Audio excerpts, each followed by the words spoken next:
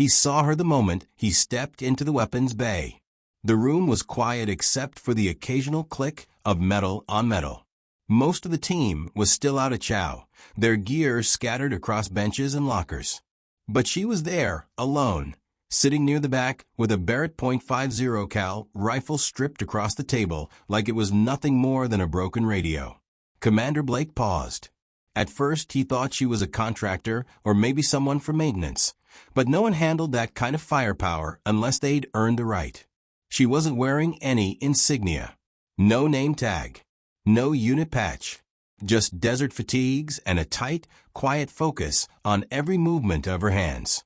She didn't look up, didn't acknowledge him, just cleaned the firing pin, laid it down, and began working the chamber like she'd done it 100 times. He'd been with the Navy SEALs for over 2 decades. He'd seen combat in Fallujah, Somalia, Kandahar. He could tell within seconds when someone didn't belong. And yet, there was something about her posture, the way she breathed, the way she reached for each part without hesitation. Either she was dangerous, or she was trained to look like it. He moved closer. Her face was calm. Not blank, not cold calm. Like someone who had nothing to prove and nothing to explain. "You new here?" he asked. She didn't answer right away. She finished reassembling the bolt carrier group and checked it against the light. Only then did she glance at him. "Just passing through, sir," she said. Her voice was quiet, controlled. No arrogance, no nerves. Just a statement of fact. That was all. Blake wasn't the kind of man to press a soldier without cause. But something was off. This wasn't just a gearhead fiddling with a rifle. She knew that Barrett, like a craftsman, knows their tools. "Name?" he asked. "Monroe. Staff Sergeant."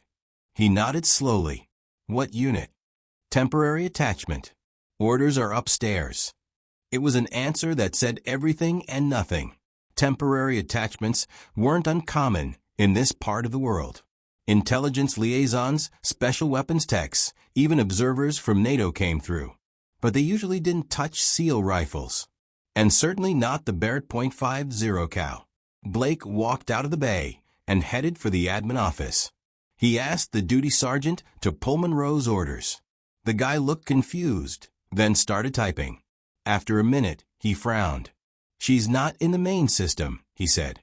"But I've got a red flag file. Wait, yeah. Classified access only." Blake showed his clearance badge, and the sergeant opened the folder. It wasn't thick. Just a few pages. Most of it blacked out. He scanned quickly until one line made him stop. Confirmed kill distance. 3,247 meters. Date: March 2016. Operation: redacted. Weapon: Barrett M82A1. He read it again, slower. 3,247 meters. That wasn't a typo. That was further than any shot in the history of the U.S. military. If this file was accurate, and it wasn't April Fool's, then the woman cleaning that rifle was a ghost. A legend. And no one on base had any idea who she was. He looked at the file's final note. Individual is not to be questioned about past operations. Clearance level, Tier 1. Blake handed the folder back, then stood there for a moment. So, that explained the rifle. That explained the silence. But it didn't explain why someone like her would be sitting alone in his weapons bay with no guard, no handler, and no visible assignment. Something was going on. Something command hadn't told him.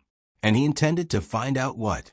He walked back into the weapons bay with the weight of that file still hanging over him. She hadn't moved. Same quiet posture. Same methodical hands working over the Barrett like a surgeon cleaning an old, familiar scalpel. She didn't flinch when he entered. Didn't glance up. Just continued breaking the rifle down into its final components. Bolt, barrel, buffer. Each placed neatly on a cloth she'd folded herself. Commander Blake wasn't easily rattled, but something about her composure stirred a tension in his chest. He'd seen Navy Cross recipients break under pressure. He'd seen first tour grunts try too hard to act tough. But this woman wasn't trying at all. That was the unsettling part. She didn't seem to care if anyone noticed her. She wasn't hiding. She just didn't need to be seen. "Where'd you learn to handle that rifle like that?" he asked, keeping his tone even. Monroe finally looked up. Her eyes were gray, sharp, but not cold. "Basic school. Then qualifying with a unit in Helmand. That was a long time ago." "You were attached to Marines?" "Not officially," she said. He let the silence hang. She didn't fill it. Blake had dealt with special assignments before. The kind of people who came through without leaving records behind. Intelligence assets. Foreign exchange operators. Once, even a CIA marksman who spoke 5 languages and left the base without saying a word. But Monroe didn't fit into any of those categories. She wasn't covert. She wasn't political. She was just precise. "You know your file says something interesting," he said. She raised one eyebrow. 3,247 meters. There it was. A pause. Brief. Her hand rested lightly on the buffer spring, her eyes steady on his. "You read that part," she said. Not a question. "I did." She didn't nod. Didn't speak. Just went back to cleaning. "You don't want to talk about it?" "There's nothing to talk about," she said. "It was a shot. It hit." Blake crossed his arms. "Longest confirmed kill in U.S. military history. And you think that's just a shot?" She set the buffer spring down gently and stood. She was only a few inches shorter than him, but she felt taller. "Sir," she said, "people talk about records because they need to matter. Out there, that shot mattered because a team was pinned and a vehicle full of explosives was 5 seconds from crossing a border. I took the shot. That's all." He studied her for a moment. Her tone was respectful, measured. But underneath, he heard something else. Not pride, not shame, just a line that had already been drawn, and she wasn't going to cross it for anyone, not even a SEAL commander. "You here on a current mission?" "Not exactly." "Then why now?" "They asked for a technical evaluation on range capabilities. That's all I was told." He didn't believe that, and she knew he didn't. But she didn't press it either. Blake sighed, then looked down at the Barrett. It was spotless, ready for deployment. "You ever miss?" he asked quietly. She looked at the rifle, then at him. "Once," she said. But he didn't get far.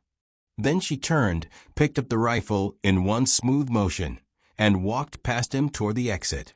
No salute, no explanation, just that same calm silence. Blake stood alone in the weapons bay, watching the door close behind her. He'd read every classified file they gave him, but that short dossier hadn't prepared him for the weight of her presence. He didn't know where she came from. He didn't know what else she'd done. But he knew one thing with certainty. That woman wasn't here by accident. She wasn't in the mess hall. She wasn't listed on any of the team rosters. She didn't show up at morning briefings, and no one saw her bunking with the regular personnel. For all purposes, Staff Sergeant Monroe didn't exist. And yet, her presence was unmistakable. The SEALs started noticing her around the base. Not often. Always in motion. Early morning at the range. Late nights in the tower with binoculars. She never ate with anyone. Never joined conversations. But the whispers began anyway. One operator said she adjusted his optic after watching him miss a steel plate. Didn't say a word. Just took the rifle, turned 2 clicks, and handed it back.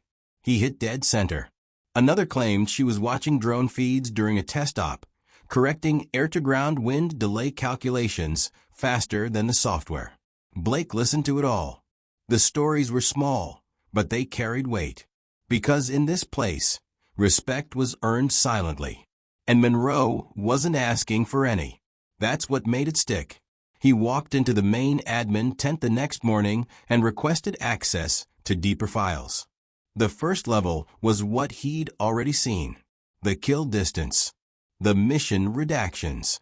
The Tier 1 clearance. But there was a second folder, older, buried under cross-references from multiple units. Blake sat at the screen and scrolled through what little wasn't blacked out. Sniper qualification. Top 1%. Trained with Canadian JTF-2 on cold weather engagement.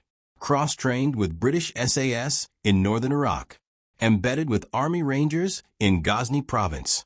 Her record didn't show medals. It showed operations. Dozens of them. No fanfare. Just results. But one line stood out. Dated 3 years earlier. Subject assigned to Special Reconnaissance Team 9 for Operation Hollowpoint. Confirmed 4 HVT eliminations. 3 unverified. Engagement range.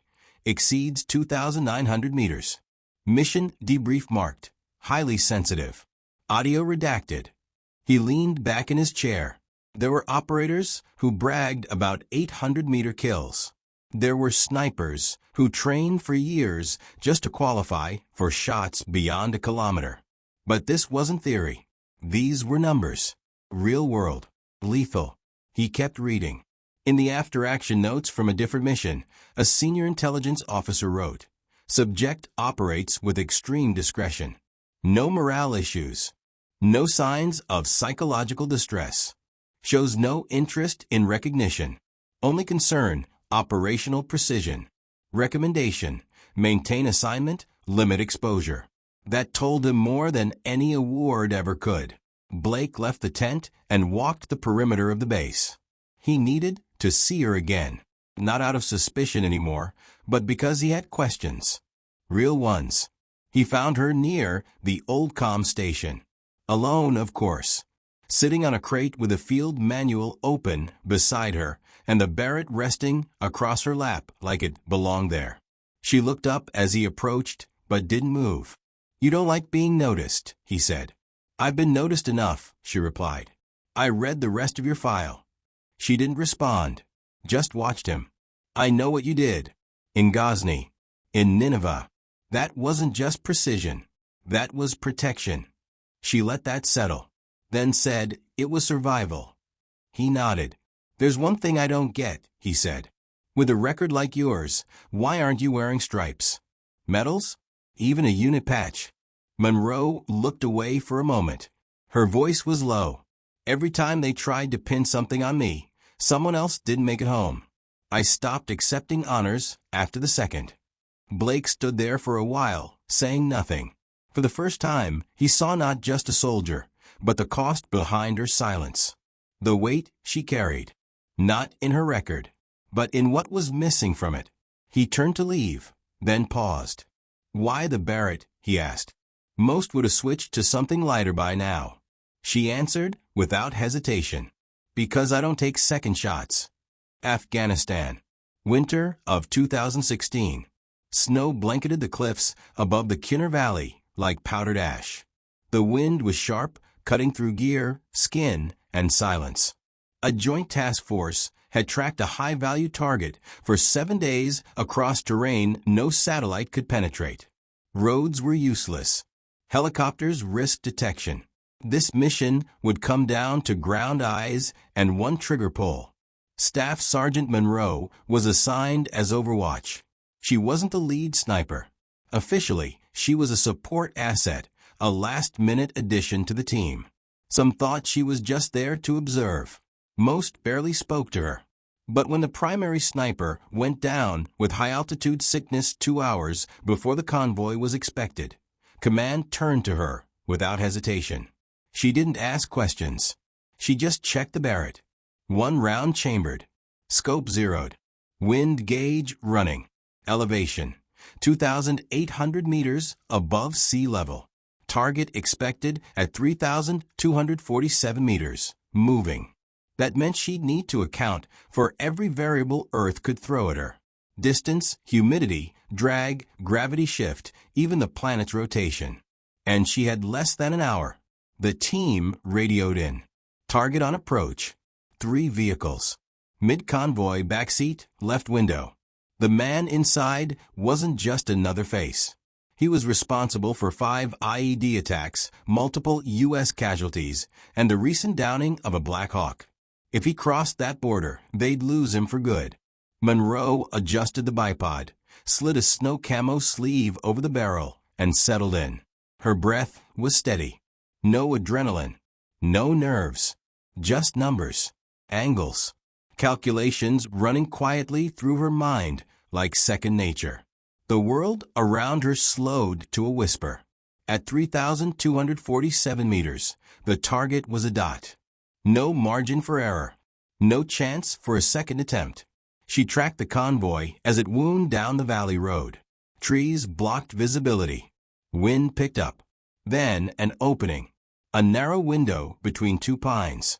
Less than 3 seconds of line of sight. The vehicle appeared. She saw the window.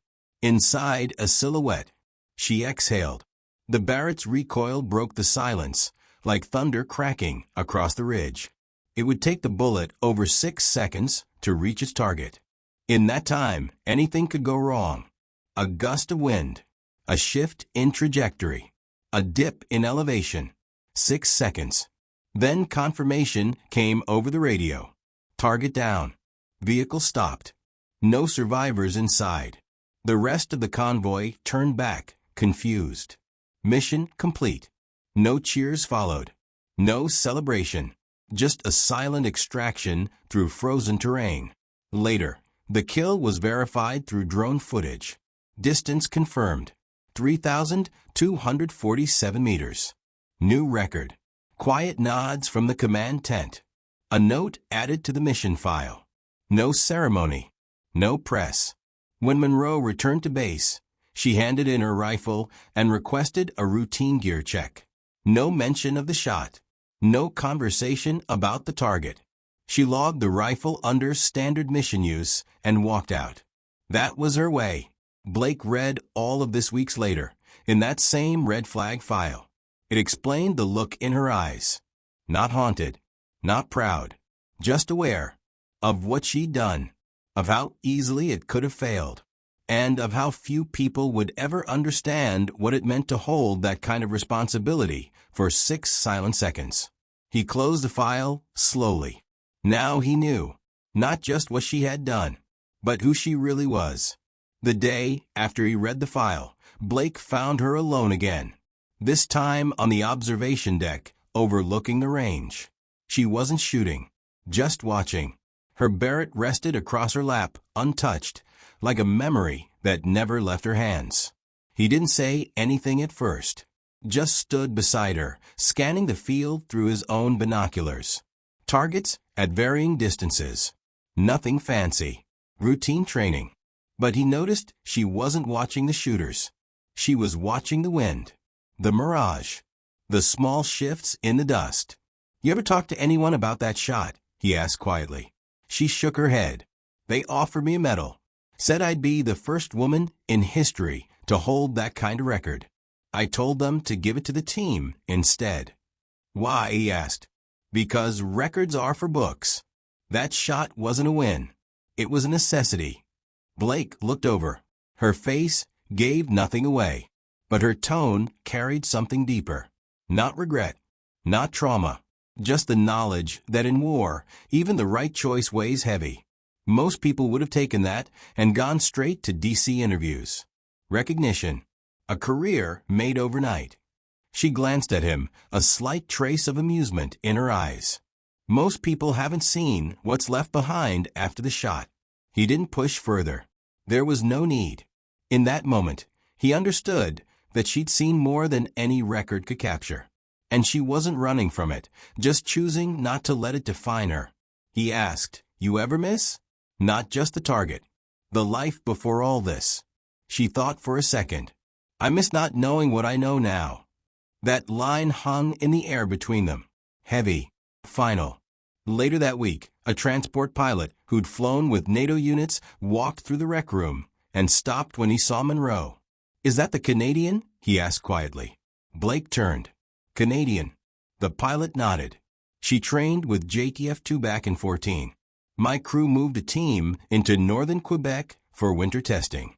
Sub-zero marksmanship trials. Only woman there. They called her the Ice Ghost. Said she could shoot through blizzard glare without blinking." Blake didn't answer. He just watched her across the room. She was reading something. A field manual probably. Still alone. Always alone. He started piecing it together. She'd rotated through elite units around the world, not for show, not for training, but because someone up the chain kept calling on her when no one else could deliver. British SAS. Rangers. JTF-2. She wasn't attached to a unit. She was the unit. And every time a mission required absolute silence, extreme range, or a shot no one else could take, they called her in. Quietly. Without ceremony. He found her again at the edge of the base one evening. No rifle this time. Just standing near the wire fence, looking out into the fading desert. "You ever think about quitting?" he asked. "All the time," she said. "What stops you?" "They haven't stopped asking." Blake nodded slowly, then added, "You think they ever will?" She didn't answer, because they both knew the truth. When you become the one who never misses, the calls don't stop. And neither does the wait. Blake could feel the weight of her words settling in the cool night air. The desert stretched out before them, vast and indifferent, as if waiting silently for the next mission, the next shot, the next secret. She didn't turn to look at him. Instead, she traced her fingers over the barbed wire fence, fingers steady, hands calm, like she was holding onto something invisible. "Most people think it's about the shot," she said finally. "They imagine a perfect aim, a quiet trigger, and then the mission's done. But it's not." Blake listened, sensing the truth in her voice. "It's about the moments before that shot," she continued. "The hours of waiting, the hours of silence, watching the world through a scope that turns everything into dots and numbers, calculating the wind, the temperature, even the Earth's rotation. But the hardest part is holding the knowledge that one bullet will change lives forever." Her eyes finally met his, gray, steady, and filled with a quiet storm. "Do you know what it feels like when the target moves just a fraction of a degree after you pull the trigger? When you realize you might have lost the chance forever?" Blake shook his head. He didn't need to say anything. "It's like holding a ghost," she said. "You never see it coming, but it haunts every moment after." He thought about the file. The kill confirmed at 3,247 meters. The longest shot in military history. The story that should have been celebrated, but was buried under layers of secrecy. "Why keep it quiet?" he asked. "Because some things aren't meant for headlines," Monroe replied. "Because every time you make a shot like that, you also make a choice. To carry the silence, to protect those who can't speak for themselves. Recognition can wait. Or maybe it should never come all." Blake nodded slowly. He'd met plenty of soldiers with medals and stories. But few carried the kind of burden Monroe wore, unseen, unspoken, yet ever present. "Do you ever regret it?" he asked. Her gaze drifted to the stars above. "Sometimes," she admitted. "But regret doesn't change the past. It only weighs you down." He watched her in the fading moonlight, seeing not just a soldier, but a woman shaped by moments most would never understand. "Have you ever thought about what comes after?" Blake asked softly. "After the missions, after the records?" She smiled, faint and without humor. "Sometimes I wonder if there's a place for me outside this uniform. A life without the barrel of a rifle in my hands. But then the world reminds me that people like me are always needed. That the silence isn't really silence. It's waiting." Blake glanced toward the horizon, where the first hints of dawn threatened the night's hold. "You're not alone in this," he said. "There are people who understand. People who respect what you've done, even if they don't say it." Monroe looked at him, a spark of something unspoken passing between them. "Respect is earned quietly," she said, "not shouted from the rooftops." They stood in silence, two soldiers bound by unspoken truths. Before leaving, Blake reached into his pocket and pulled out a small folded note. He handed it to her without a word. She unfolded it. Inside was a simple message. * Your silence is heard. Your sacrifice is known. *. Her eyes flicked back to him. For the first time, a trace of gratitude softened her features. "Thank you," she whispered. As she walked away, Blake realized that sometimes the greatest stories weren't the ones told aloud. They were the ones lived in silence, carried in shadows, and known only by those who bore the same weight. And Monroe's story was far from over. The next morning, Blake was summoned to a briefing room where the atmosphere was tense, the air thick with anticipation. Intelligence had intercepted chatter about a high-profile threat emerging deep within a volatile region. The kind of mission that could shift the balance and bring catastrophic consequences if left unchecked. As the details unfolded, Blake's mind drifted to Monroe. They needed someone who could deliver precision where no one else dared to try. Someone who could operate in the shadows, whose name didn't appear on any official roster. Back at the range, Monroe was preparing her gear. Every movement was deliberate, practiced, a ritual perfected over countless deployments. The Barrett .50 sat ready, cleaned and calibrated to exact specifications. She was methodical, detached, yet her eyes carried a storm beneath the calm surface. Blake approached her, the weight of command heavy in his voice. "We have a situation," he said. "You're the only one who can take this shot." Monroe didn't blink. She didn't ask for details. She simply nodded. The mission was clear: eliminate a target responsible for orchestrating multiple attacks, who had evaded capture for years. The challenge was almost unfathomable: dense urban terrain, civilian presence, and the target's unpredictable movements made it a nightmare for any sniper. But Monroe thrived where others faltered. She spent days gathering intel, stalking the target's patterns through satellite feeds, informants, and local surveillance. Each piece of information added to her mental map, a tapestry of timing, movement, and opportunity. She waited for the moment that balanced risk with possibility. Then it came. A narrow window when the target would appear briefly on a rooftop overlooking a crowded market. A chance to strike without endangering innocence. It was a shot that demanded everything: absolute precision, split-second timing, and nerves of steel. On mission day, Monroe positioned herself on an adjacent rooftop, hidden by the shadows and the hum of the city below. Her breathing was steady. The scope was locked onto the target's silhouette, barely visible behind the glare of midday sun. Seconds stretched into minutes. Her finger hovered lightly on the trigger. Every variable was accounted for: wind direction, distance, the sway of the rifle under gravity. She waited for the target to turn, for the moment when the bullet would be impossible to miss. Suddenly, the target shifted. A child ran across the rooftop behind him. Monroe's mind raced. One shot. One chance. She couldn't risk collateral damage. She held. The target stepped into view again. The child was safe. The moment was perfect.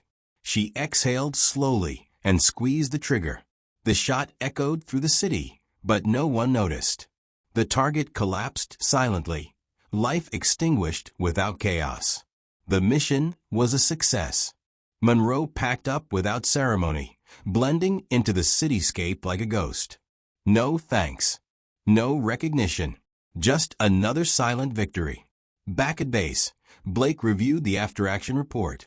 The strike was clean. The target eliminated.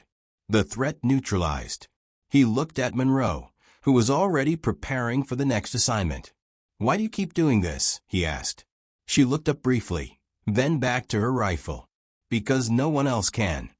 Blake understood then that Monroe was not just a marksman. She was the line between order and chaos. A silent guardian whose work was invisible, but indispensable. And as long as the world needed that kind of protection, she would be there, cleaning her Barrett, waiting for the shot that could change everything. Months passed in a blur of missions and briefings. The base was a whirlwind of activity, but Monroe remained apart, a constant yet elusive presence.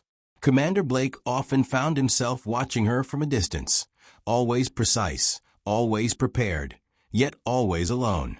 One afternoon, an unexpected message arrived, a formal invitation to a ceremony in Washington, D.C. The Pentagon was acknowledging contributions to national security. Monroe's name was on the list. Blake knew this was unprecedented. For years, she had shunned recognition. Now, the nation wanted to honor her. When Blake told her, she didn't react. No smile. No protest. Just silence. The day of the ceremony arrived. Monroe stood quietly among decorated generals, politicians, and fellow service members. Cameras flashed. Applause filled the room. She accepted the medal without expression, the weight of it heavier than the medal itself. Later, away from the crowd, Blake found her on the terrace. The city stretched out below, bright, loud, alive. But her eyes were distant. "Does this change anything?" he asked. She looked at the medal in her hand. "No," she said softly. "It's just a symbol. The real work doesn't end here." Blake nodded.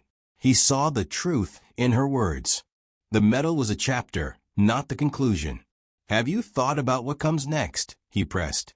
She paused. "Maybe a quieter life. Maybe teaching others what I've learned. Passing on the knowledge, so no one has to carry this burden alone." He smiled. For the first time, he glimpsed a future for her beyond the battlefield. Not everyone gets that chance. She returned his smile, a faint, genuine curve of her lips. That night, Monroe sat alone, the medal resting on the table, beside her Barrett .50.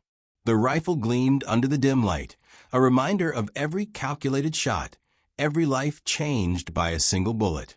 She thought about the countless moments of silence, the long waits in frozen deserts and sweltering cities, the weight of knowing that one mistake could cost everything. But she also thought about the lives saved, the missions completed, the invisible shield she had been for so many. Her story wasn't about fame or glory. It was about duty, precision, and sacrifice. And as the dawn broke over the horizon, she picked up her rifle once more, ready for whatever came next. Because some soldiers never stop serving. They just do it in silence.